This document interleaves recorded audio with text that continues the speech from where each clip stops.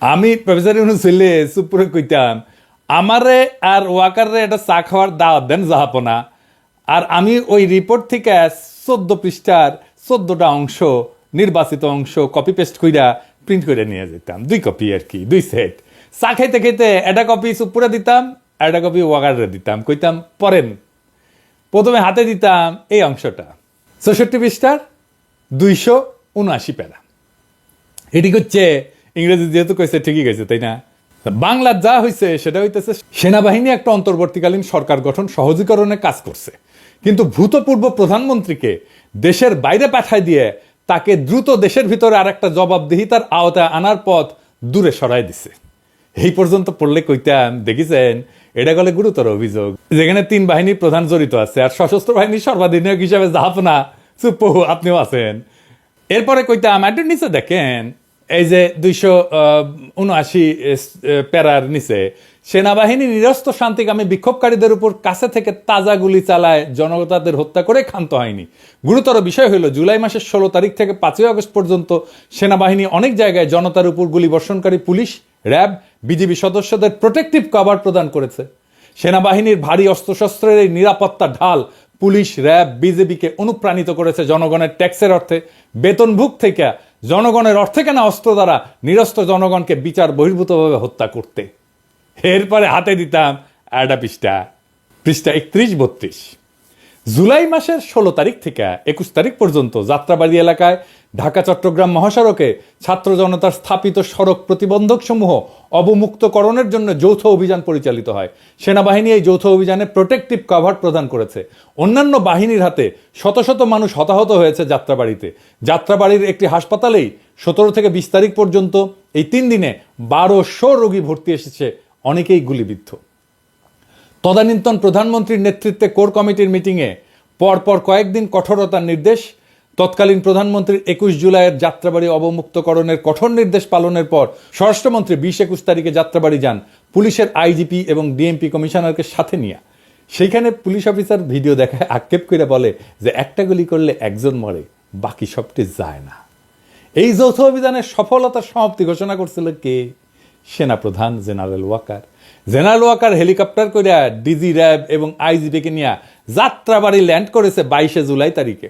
সাংবাদিকদের সামনে নিশ্চিত করছে যৌথ বাহিনী যাত্রাবাড়িতে ঢাকা চট্টগ্রাম মহাসড়ক সফলতার সাথে অবমুক্ত করছে। হ্যাঁ, এরপরে আর একটা দিতেন পৃষ্ঠা 64 প্যারা 279। সেনাবাহিনী, পুলিশ, র্যাব, বিজিবিকে স্ট্র্যাটেজিক সহায়তা করছে। কোনো কোনো এলাকায় সেনাবাহিনী ব্লক রেড চলাকালীন সময় সম্পূর্ণ এলাকা ঘিরে রাখতে নিরাপত্তা চাদরে পেরিমিটার সিকিউরিটি এবং জরুরি আপৎকালীন সক্ষমতা স্ট্যান্ড বাই সিকিউরিটি হিসেবে কাজ করছে।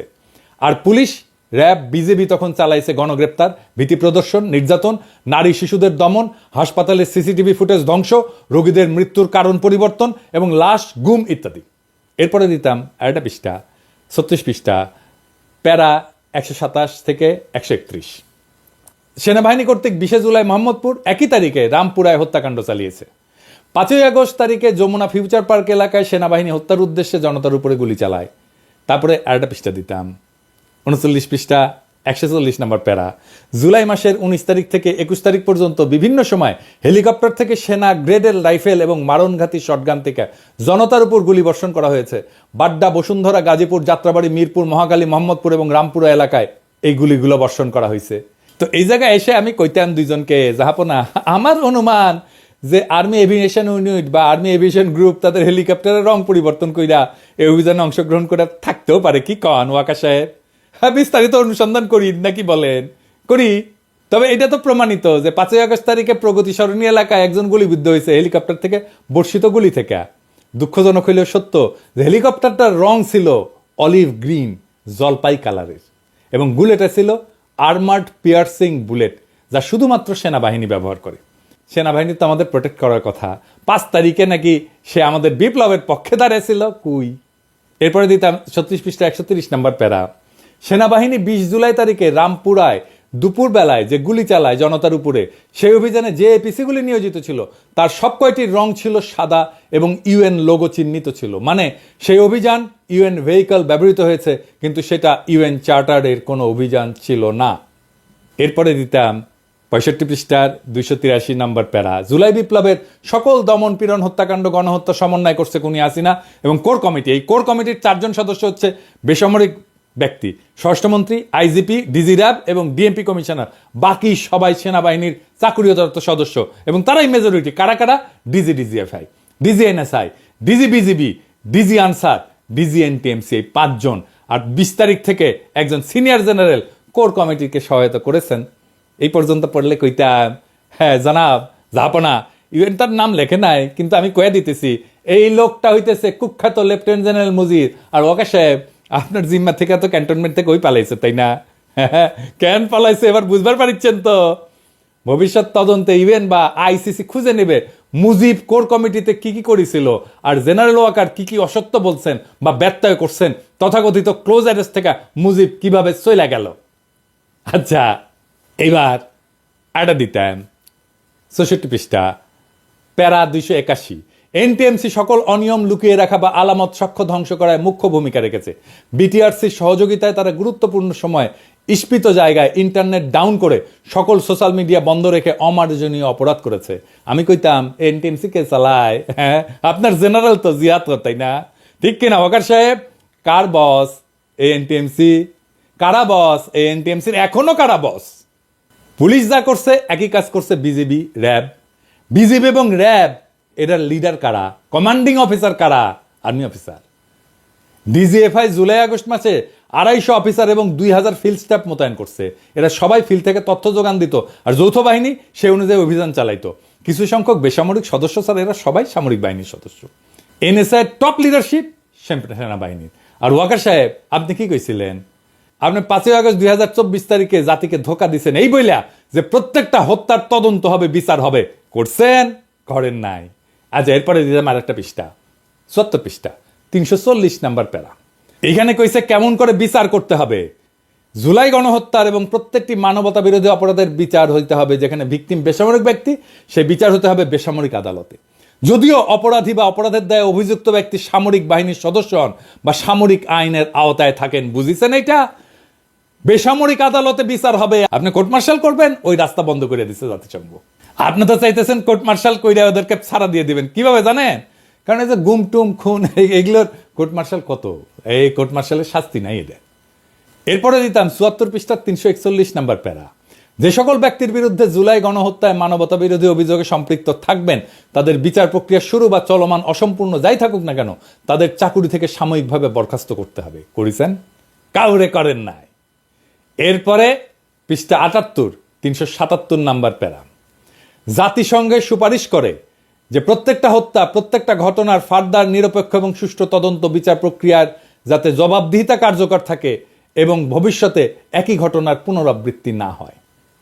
হ্যাঁ, তারপরে কইতাম দেখা গেছে পুলিশের কাছে অনেক অস্ত্র আছে যা আইন অনুযায়ী পুলিশের কাছে থাকতে পারে না। সকল আধা সামরিক বাহিনীর হাতিয়ার প্রাধিকার এটা নির্ধারিত হয় সেনাবাহিনীর নেতৃত্বাধীন একটা জাতীয় কমিটির মাধ্যমে। হাজার হাজার সেমি অটোমেটিক অস্ত্র এখন পুলিশ প্রাধিকার ভেঙ্গা ব্যবহার করতেছে। এই দায়িত্ব মোবাইলা কার? আহত শহীদদের শরীরে 66% সেনা গ্রেডের অস্ত্রের গুলি পাওয়া গেছে। এটা জাতিসংঘের রিপোর্টে বলা হয়েছে। এটা দেখা কোনো বিজ্ঞজন বলছে যে এটা সেনা গ্রেডের মানে যে সেনাবাহিনীর তা তো না, পুলিশও ইউজ করে, র্যাবে ইউজ করে। হ্যাঁ, তা তো করেই, লেফট রাইটও কম করে, তাও হাঁটুত বুদ্ধি নামিছে। সেনা গ্রেডের অস্ত্র সেনাবাহিনীর বাইরে ব্যবহার হবে কি হবে না এটা কে ঠিক করে? এটা ঠিক করে অস্ত্র প্রাধিকার নীতিমালা। এই অস্ত্র প্রাধিকার মানে কি? মানে কোন ধরনের অস্ত্র কে ব্যবহার করবে সেই নীতিমালা। এটা ভেটিং করে কে? এটা ঠিক করে দেয় কে? সেনাবাহিনী, সশস্ত্র বাহিনী বিভাগ।